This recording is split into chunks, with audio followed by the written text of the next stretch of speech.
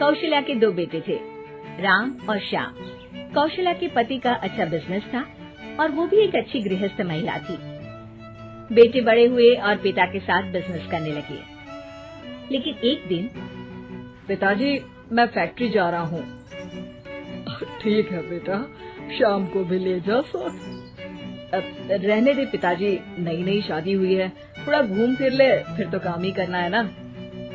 और क्या, राम ठीक ही तो कह रहा है। अब दोनों बेटों की शादी हो गई है, आप चिंता ना करें, दोनों समझदार हैं।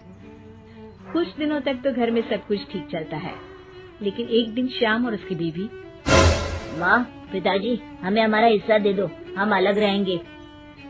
अरे नहीं नहीं, मैं ऐसा नहीं करूँगा। बड़ी मेहनत से मैंने ये बिजनेस खड़ा किया है, जीते जी तो मैं इसका बंटवारा बिल्कुल नहीं करूँगा। नहीं करूँगा? ये कैसी बात होती है पिताजी? क्या सारा जीवन में जॉइंट फैमिली में रहूंगी? अरे पर बेटा, हमारे घर में इतने नौकर चाकर हैं, न किसी चीज की पाबंदी है, फिर क्यों अलग होना चाहती हो? एक साथ जीवन कितना अच्छा लगता है। हर कोई हर किसी के लिए, हर किसी के साथ खड़ा होता है। अरे बाप प्लीज, ये सब बातें करके वक्त जाया न करो। पिताजी आप नहीं देंगे तो मैं कानून का दरवाजा खटखटाऊंगा। तभी वहाँ राम आ जाता है। पिताजी कोई बात नहीं, आप इसे इसका हिस्सा दे दीजिए। हमारे घर की बात बाहर जाए ये ठीक नहीं। और हाँ, मुझे पिताजी के कपड़े वाला कारोबार चाहिए जिसमें मुनाफा ज्यादा है।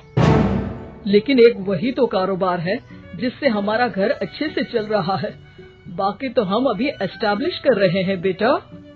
देखिए पिताजी, वो कुछ मैं नहीं जानता, घर चले या नहीं, मुझे बस चाहिए मतलब चाहिए।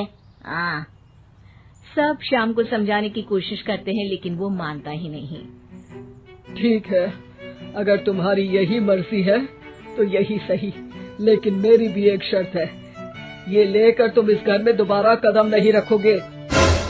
हाँ हाँ, तो रहना भी कौन चाहता है? अरे कैसी बातें कर रहे हैं जी, मैं कैसे श्याम के बिना रहूंगी? आप ठीक है माँ, चलो हमारे साथ रहना। लेकिन बेटा, मैं परिवार के बिना भी नहीं रह सकती। अरे यार, मैं श्याम के बिना नहीं रह सकती, मैं परिवार के बिना नहीं रह सकती, तो हम क्या करें? तभी वहाँ राम की बीवी आ जाती है। देखो, तुम माँ को समझने की कोशिश करो, सारा जीवन उन्होंने परिवार के साथ निकाला है।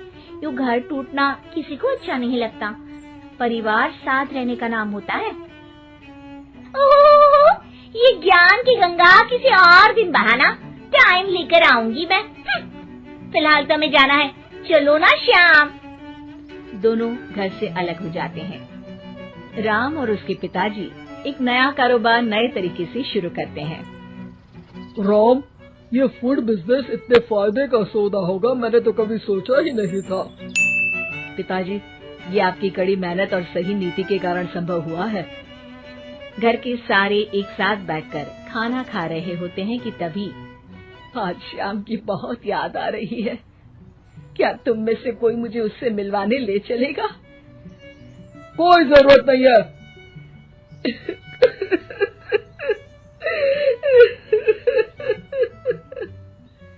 कौशल्या रोने लगती है कि राम बोल पड़ता है। माँ रो मत, मैं आपको कल उसके घर ले चलूंगा। अगली शाम दोनों श्याम के घर जाते हैं, जहाँ श्याम की बीवी साड़ी नहीं बल्कि स्कर्ट पहनी होती है। साथ में उसका भाई और माँ भी होते हैं। अरे आप लोग आइए आइए, मेरी माँ और भाई भी आए हुए हैं यहाँ पर। अब श्याम कहाँ है, वो दिखाई नहीं दे रहा। श्याम को देखने के लिए आंखें तरस रही है। अरे माँ जी, वो ना आज थके हैं तो सो गए हैं। अरे ये तुम्हारे भाई के हाथ में हमारे बिजनेस की फाइल क्यों है? क्यों है मतलब? परिवार का है, काम तो संभाल रहे हैं। कौशल्या सीधे श्याम के कमरे में जाती है, पर ये क्या, हट्टा कट्टा मोटा श्याम, उसकी हालत तो खस्ता सी थी।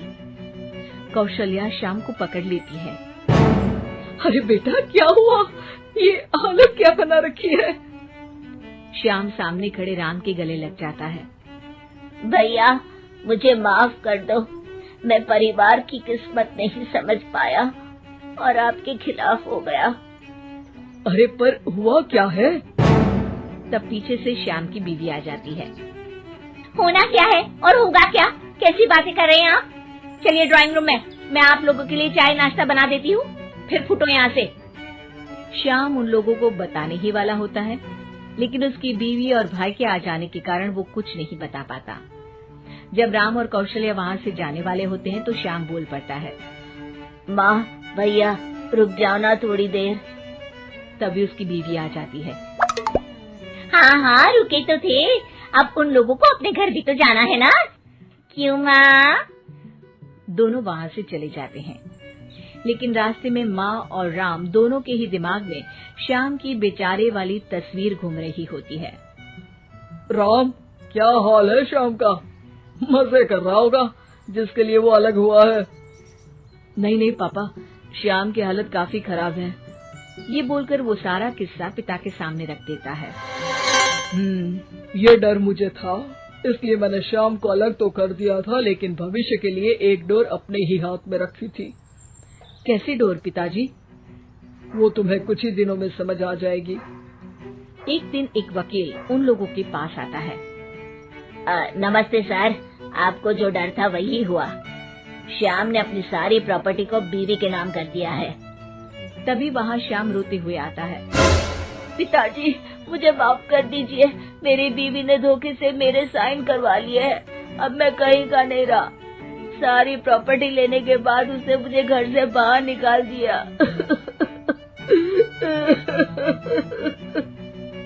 कोई बात नहीं बेटा, तुझे अकल आ गई, यही बहुत है। लेकिन आपका मेहनत से बनाया कारोबार मेरे कारण चला गया। मैंने कोई कच्ची गोली नहीं खेली है बेटा। तभी वकील बोल पड़ता है। आपकी कोई भी प्रॉपर्टी आपके पिता और भाई के साइन के बिना आप किसी को नहीं दे सकते। इसी शर्त में आपको वो कारोबार दिया गया था। अरे वाह पिताजी, आप ग्रेट हो। वैसे भी इतनी मेहनत से खड़ा किया हुआ कारोबार मैं ऐसे ही किसी को थोड़ी ना दे सकता था। और बेटा, सुबह का भूला शाम को वापस आ जाए तो उसे भूला नहीं कहते, श्याम कहते हैं।